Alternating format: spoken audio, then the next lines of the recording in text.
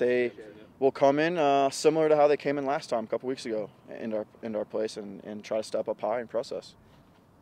Welcome into this week's edition of the RSL Insider presented by AT&T. I'm John Kaluter. On this week's show, we welcome back David Horst from Puerto Rico, and we catch up with Gene Alexander in advance of the upcoming Shoes for Haiti donation drives.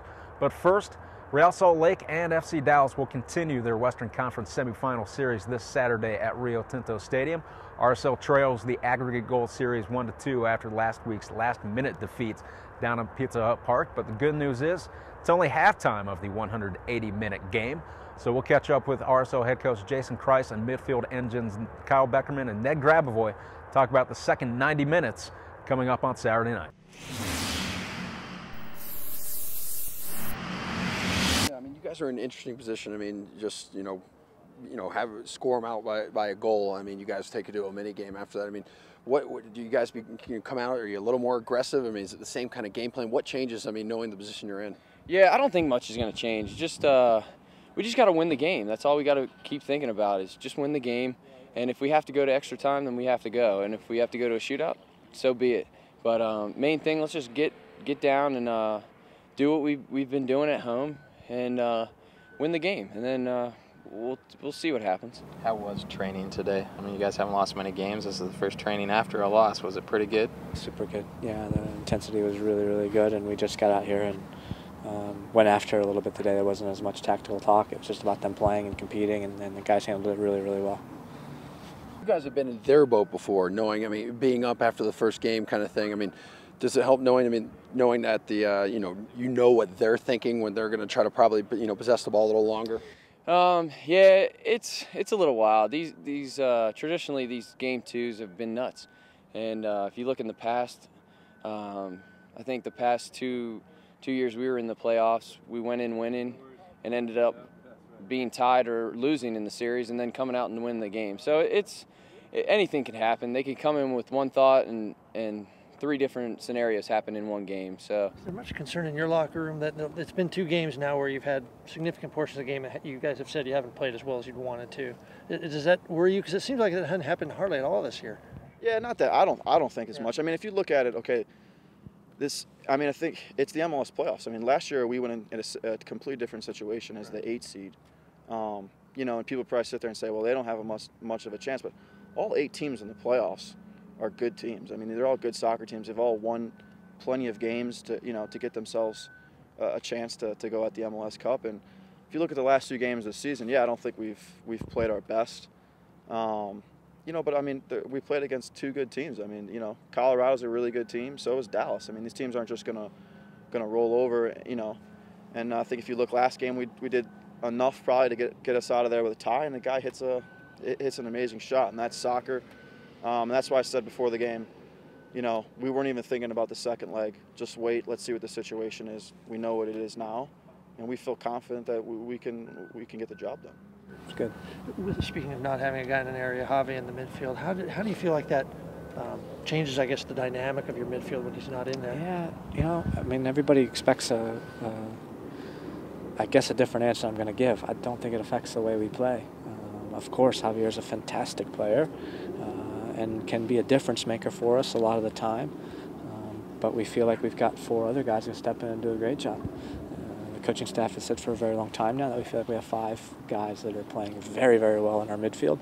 And it's difficult and sometimes disappointing that we have to choose 4 out of the 5. So now we don't have to choose. So everything's there for us to really go and take this and change the tide of the whole series. And we continue on this week's Insider with a familiar face who we have not seen in quite some time. It's defender David Horst. Dave, thanks for joining us. Oh, thanks for having me. It's good to be back. Yes, welcome back, first of all. Talk about the experience of getting a full season of professional play under your belt. You've been out under the tutelage of Homison and Nat here for the last couple seasons, but talk about getting out there and the experience of playing day in and day out, and what, about 40 games for you this year between all competitions? Yeah, I ended up playing 42 games this year between the Caribbean Championship, league play, Champions League, postseason, and you can only learn so much from coaches, from players ahead of you. There has to come a time when you can start applying that, and that was a great opportunity for me this year. I wasn't getting much playing time here, and And when I was, I just wasn't ready for it. And so I went down there, and with the great coaches there, I got played 42 games, and it's just all about getting experience. And that's what players need, is experience, because you got to learn from your mistakes. And I needed to learn from the mistakes I was making here and there. And I think by the end of the season, I really picked up my level of play, and I was hoping to bring it back here. And hopefully it rubs off on this team in the next couple of weeks here. Garth Lagerwey, GM, said in your first practice back yesterday, he noticed the difference, not just in your style of play, but kind of attitude. Talk about how you've grown as a player in this last year. What skill-wise, confidence-wise, what has changed the most for you? I would have to say my confidence. I really gained a lot of confidence this year.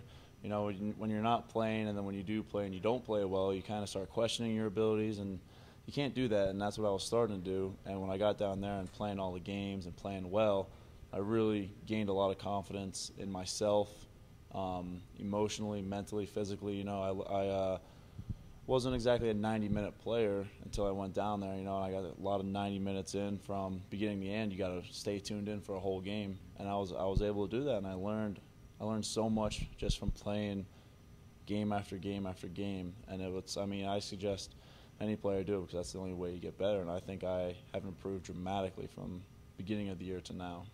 And we look forward to watching that progress continue with RSL next year. And thanks for joining us on the Insider. Much appreciated, and good to have you back. And congratulations on the rings. Thank you.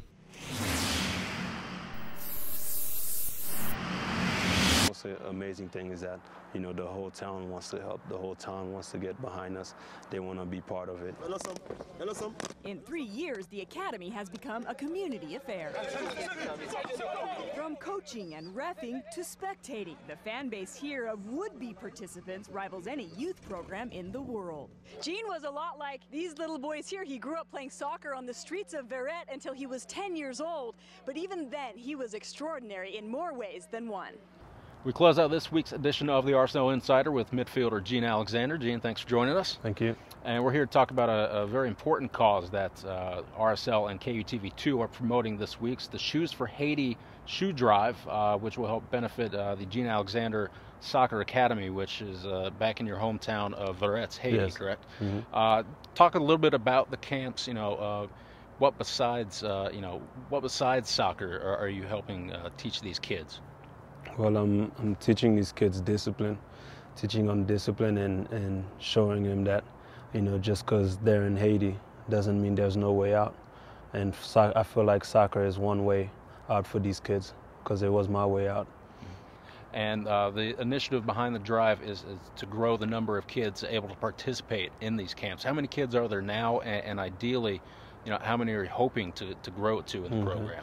Well, we started since 2007. And we have 45 kids right now. Started with them when they were 13, and now they're at the age of 16. And by next year, we're hoping to start with a much younger group of 8 years old, starting with 50 kids. And so shoes for kids of all ages are being asked for donation, and there are 2 times this week where fans can help drop those shoes off. KUTV is holding their drive from 6 a.m. to 6:30 p.m. all day on Thursday down at their studios in Gallivan Plaza in the Wells Fargo building, which I believe is 299 South Main Street. And then Real Salt Lake, we're doing a drive of its own for the playoff game on Saturday evening against FC Dallas. You could drop off shoes at Carnival Real between 6 and 8 before the kickoff of the big match here at Rio Tinto Stadium. Sammy Linebaugh joins us now. You probably know her from the Mountain and doing sidelines on BYU and Utah games. But in your spare time, you like to go off and shoot documentaries in Haiti, which is why you're here now, trying to collect shoes. A lot of shoes, and there is just this huge need. And I'll tell you what has been the neatest part of this really is watching the kids here. I've mentioned this to a couple of people as we ramp this whole thing up, and an 8-year-old, a 10-year-old already, they've gone to their elementary school teacher and said, "Teacher, we want to get involved." And we know kids, when they saw all those earthquake images, it affected them. You've got kids, that you kind of try to explain to them, this is a way, this is something that they can do to help. So the bottom line is, we want your shoes, all sizes for kids, athletic shoes. gently used. We don't want the real ratty stuff, but anything you've got new or used, you could say cleats, but the thing is, most kids in Haiti, in this community that we're talking about helping, they really don't even have shoes. Thursday, Channel 2 will be helping. More specifically, you the viewers, will be helping, because otherwise we'll have nothing if you don't help. But Thursday, all day long. It starts during the morning show, and then it's going to run all day through the noon, through the 5, and then wrap up at the end of the 6 o'clock news at 6:30 at night. We'll be collecting shoes, mostly for kids, although they can use anything you donate. Right. And so we're looking for athletic shoes, like gym-type shoes or cleats. You've got it. Bring them down. I mean, if you've got a soccer team, if you've got an elementary school class. I think that most parents, like me, our kids don't wear out their shoes. They outgrow them. Right. So you've got stuff that is... And they're in good condition still. Yeah. Yeah, and maybe you pass them down inside your family, but, you got an 8-year-old girl. We don't have anybody younger. When her stuff... When she outgrows it, so you got some stuff we can donate, and you can help out and make a huge difference. Are you going to go back to Haiti again? Definitely. Really? We'll go back, and we'll go back to this community. And I'm just, remember this image that you see 50 or 100 kids get shoes. There are literally hundreds or thousands more who would love just a pair of shoes, because then they can play organized soccer. Here, you can play organized soccer, no problem there. You kind of need to start with the shoes. So also, Real Salt Lake's playoff game on Saturday, they're going to be collecting shoes. So bring them there. Chances. You got, The 4th here at Channel 2 on Main Street, 299 South Main, and then the 6th at Rio Tinto against Dallas. Sammy, thanks a lot. Thanks for doing this. Look forward to see what you bring back from Haiti next time. Great. And that'll do it for this week's edition of the RSL Insider presented by AT&T. Remember, Real Salt Lake, FC Dallas, Leg 2 of the Western Conference semifinal series right here at Rio Tinto Stadium on Saturday night. The 8 p.m. kickoff will be broadcast nationwide on Fox Soccer Channel. And if you're planning on coming down, you best buy your tickets now, because this game will be a sellout.